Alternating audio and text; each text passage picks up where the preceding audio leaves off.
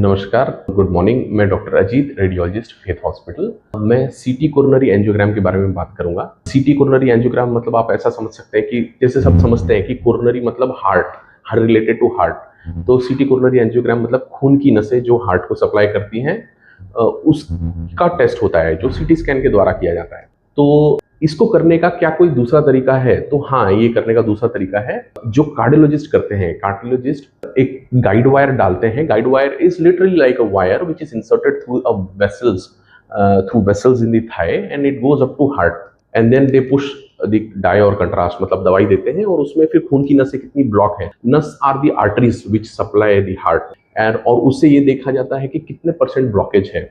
So usually there are three arteries which supply heart, and based on how much they are narrowed by the cholesterol deposits, treatment is decided. Usually, if there is no blockage or very little blockage with high risk, they can start with medicines. सिर्फ दवाइयों से भी हो जाता है। अगर वो blockage ज़्यादा हो तो डिसाइड किया जाता है कि क्या उसमें स्टेंट डालने की ज़रूरत है, क्या उसमें स्टेंट डालने की आवश्यकता है, क्या उसमें एक आर्टरी ब्लॉक है, क्या दो ब्लॉक है या तीनों ब्लॉक है।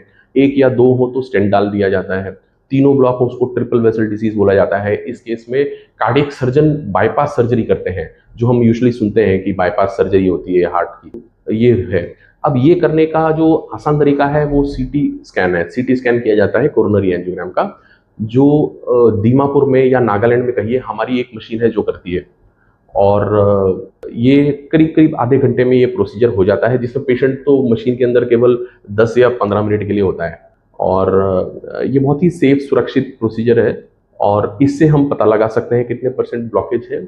यूजुअली कार्डियोलॉजिस्ट ये टेस्ट लिखते हैं, लेकिन विद अवेयरनेस ना, जैसे लोगों को पता चलते जा रहा है, तो ये है कि many time patients turn out for health checkup ना, and many hospitals even have included this in a health checkup packages. So usually who are the patients, किसको ज़रूरत होती है इस तरीके के टेस्ट की? तो वो पेशेंट्स जो जिनको कोलेस्ट्रॉल बढ़ा हुआ है या शुगर बढ़ा हुआ है, ऐसे पेशेंटों को तो खास तौर पे इसके रिस्क पे होते हैं। इसके रिस्क पे होते हैं कि हार्ट अटैक हो सकता है, और न्यूरोपैथी की वजह से कई बार साइलेंट हार्ट अटैक भी होता है। तो बेसिकली हम हार्ट अटैक को पहले पकड़ सकते हैं। तो ऐसे पेशेंट जिनका शुगर बढ़ा हुआ है, कोलेस्ट्रॉल बढ़ा हुआ है, ऐसे पेशेंट्स जिनको चेस्ट पेन हो रहा है रेगुलर, बट पता लग नहीं रहा है कि किस कारण से हो रहा है, what is the reason behind chest pain और what is the reason behind shortness of breath. सांस लेने में दिक्कत हो रही है पर पता नहीं लग रहा है, थोड़ा सा भी चलने पे सांस लेने में दिक्कत हो जाती है, थोड़ा सा चढ़ने पे दिक्कत हो जाती है। तो all these patients are candidate for getting CT coronary angiogram. The best thing is जितने जल्दी हम डायग्नोसिस बनाते हैं उतना जल्दी ट्रीटमेंट शुरू होता है।